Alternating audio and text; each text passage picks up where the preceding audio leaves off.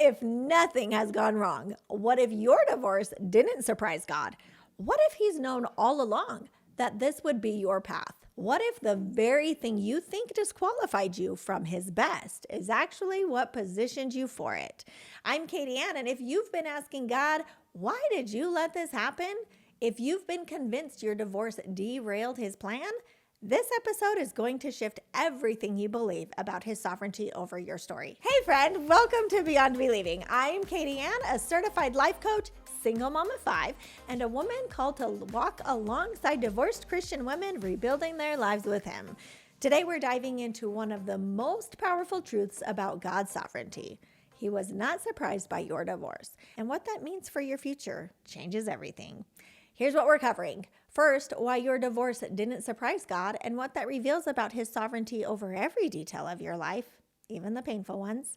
Second, why God's redemption plan isn't limited by your choices and how he works in all things, not just the right ones. And third, how to release control and trust where you are right now, not where you thought you'd be. By the end of this episode, you're going to understand that God's sovereignty means he can redeem any story, even the ones that include divorce. If you're ready to stop fighting where you are and start trusting what God is doing with your story, I have a few spots open in Selah Healing. It's 12 weeks where we rebuild your identity with God at the center, not your marital status. Details at coachkatiem.com/call. Let's dive in. Maybe you're 2 months out. Maybe you're 10 years, but you're still wrestling with the same question. Did I mess up God's plan for my life? You lie awake at night replaying every decision. You wonder if you missed a sign, ignored God's voice, gave up too soon. You tell yourself that if you'd just prayed harder, submitted more, been a better wife, maybe God's plan wouldn't have fallen apart. Friend, here's what I need you to know. You're carrying a burden God never asked you to carry. You're believing a lie that says your divorce surprised God, that he had plan A and now you're stuck with plan B, that you're living in the wreckage of what was supposed to be. And that lie, it is keeping you from stepping into what God is actually doing in your life right now. Let me tell you something that might shake you. What if there is no plan B? What if your divorce was always part of God's sovereign plan for your life? I know that's hard to hear.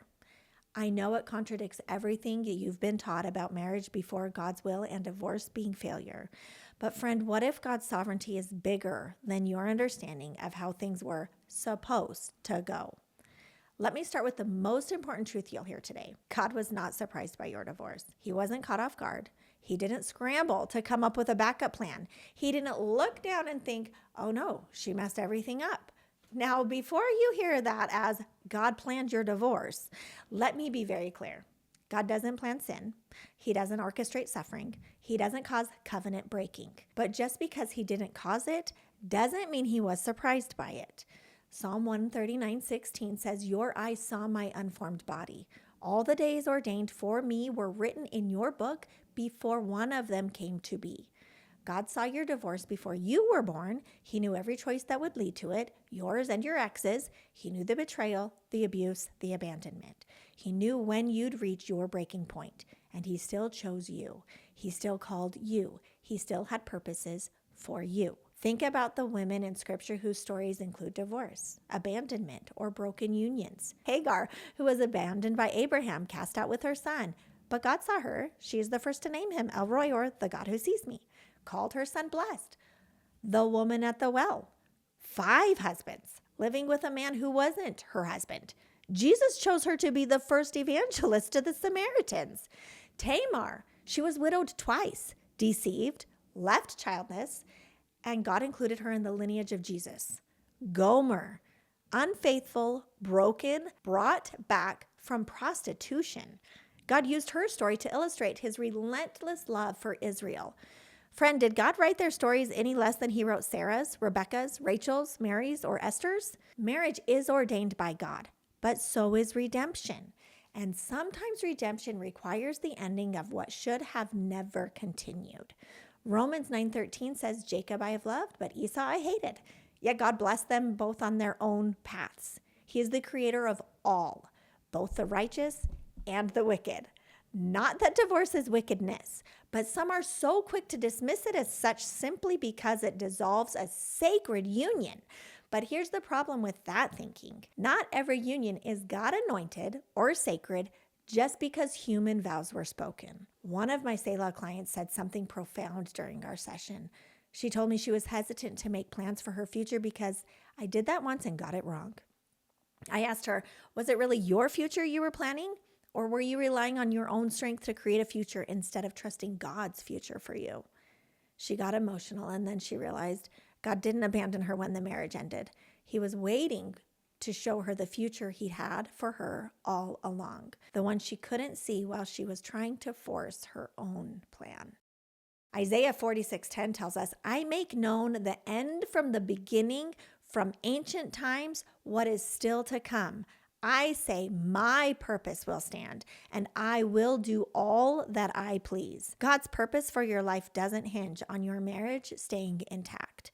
His purpose stands through every choice, every consequence, every painful season. Because here's the truth. God's sovereignty doesn't mean he controlled every choice, but it does mean he can redeem every consequence. Now, that doesn't mean he will remove every consequence.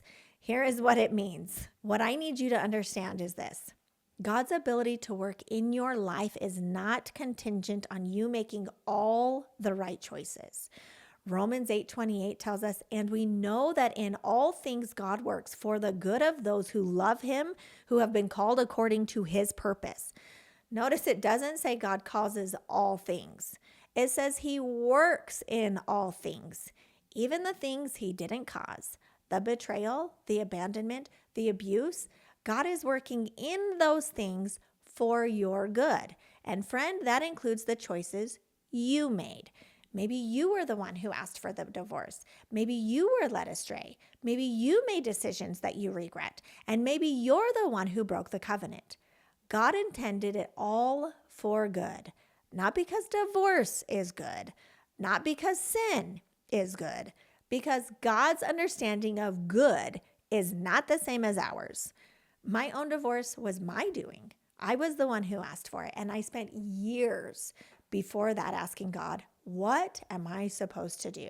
How am I supposed to build the marriage I know would honor you, but do not have? I prayed. I went to therapy. I read all the marriage and self-help books. I tried everything I knew how to do. And it took me 17 years to walk away because I was terrified I'd be going against God's will if I did. But here's what God showed me. He wasn't waiting for me to stay trapped. He was waiting for me to trust him enough to leave. And when I did, he did not condemn me. He redeemed me. Let's talk about Jeremiah 29:11, the verse everyone quotes. For I know the plans I have for you, declares the Lord.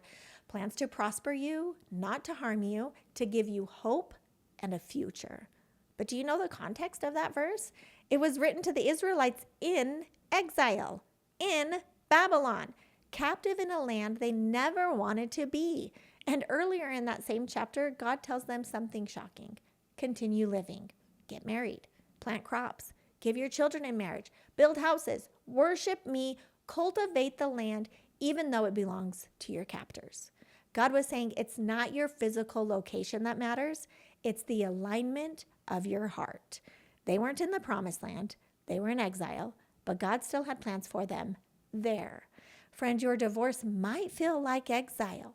It might feel like captivity. It might feel like the last piece God would prosper you. But God is saying the exact same thing to you. Keep living. Keep worshiping. Keep building. Keep trusting me, because his plans for you aren't dependent on you being in the right place. They are dependent on you having the right heart.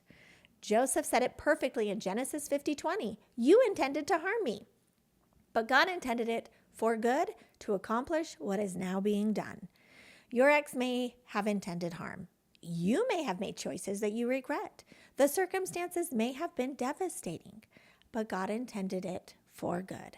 And friend, if God intended it for good, if he can take what was meant for destruction and use it for redemption, then his plan has not been derailed. It's just different than you expected. So the question isn't, did I mess up God's plan? The question is, will I trust God to redeem what's broken? Here's where this gets practical. Because it's one thing to intellectually agree that God is sovereign. It's another thing entirely to trust where you are when where you are feels unbearable. So let me give you the framework I use with my Selah clients when they're wrestling with God's sovereignty. It's called the surrender versus control test. And when you're facing a situation you don't understand, you have two options. Control says, I need to figure this out. I need to fix this. I need to make this make sense. Surrender says, God, I don't understand this, but I trust you're not done yet. Control keeps you stuck in the past, analyzing what went wrong, micromanaging a future you cannot write.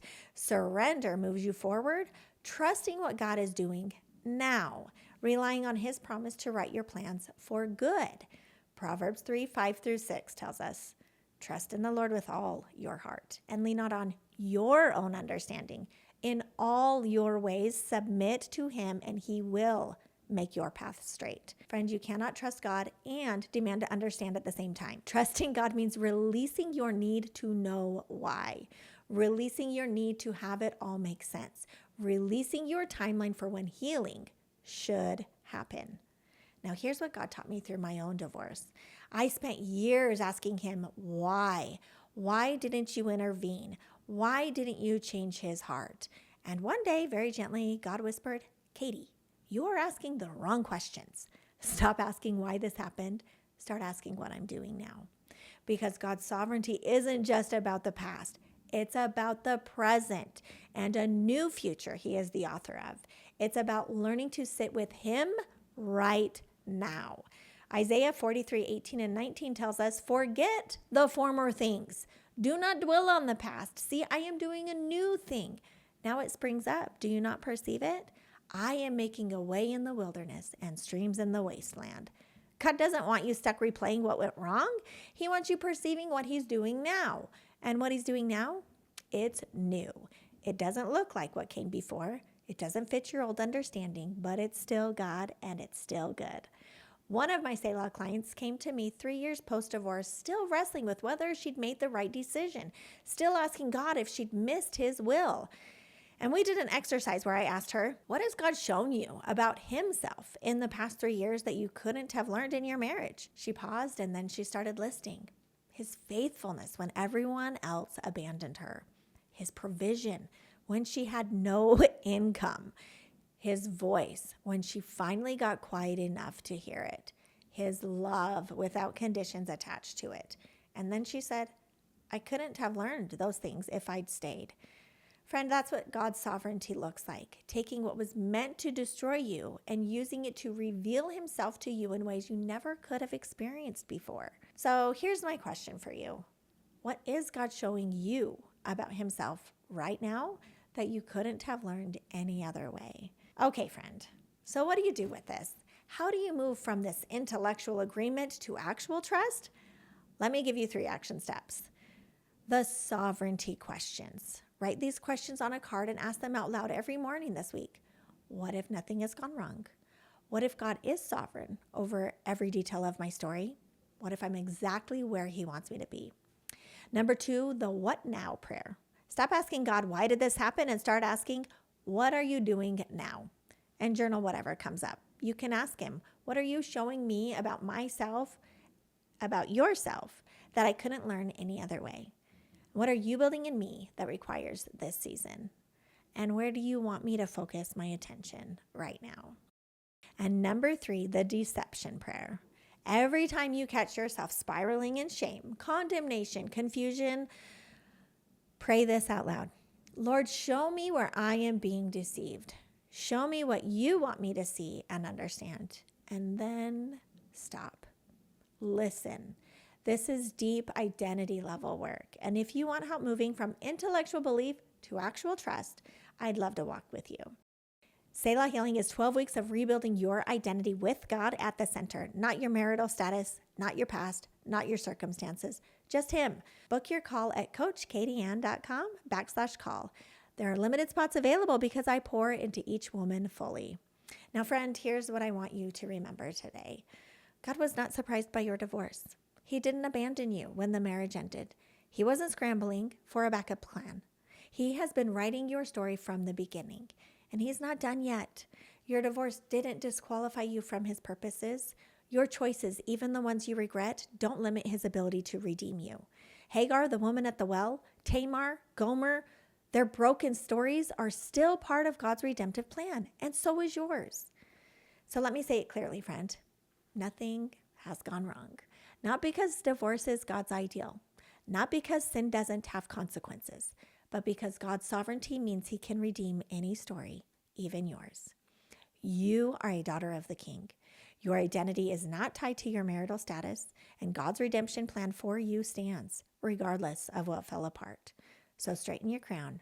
Remind yourself who put it there. Because next week, we're talking about something that's going to challenge everything you've been taught. Why broken homes can actually build biblical foundations. We're diving into what it means to raise godly children as a single mom, and why your family structure doesn't disqualify your calling. Subscribe so you don't miss it.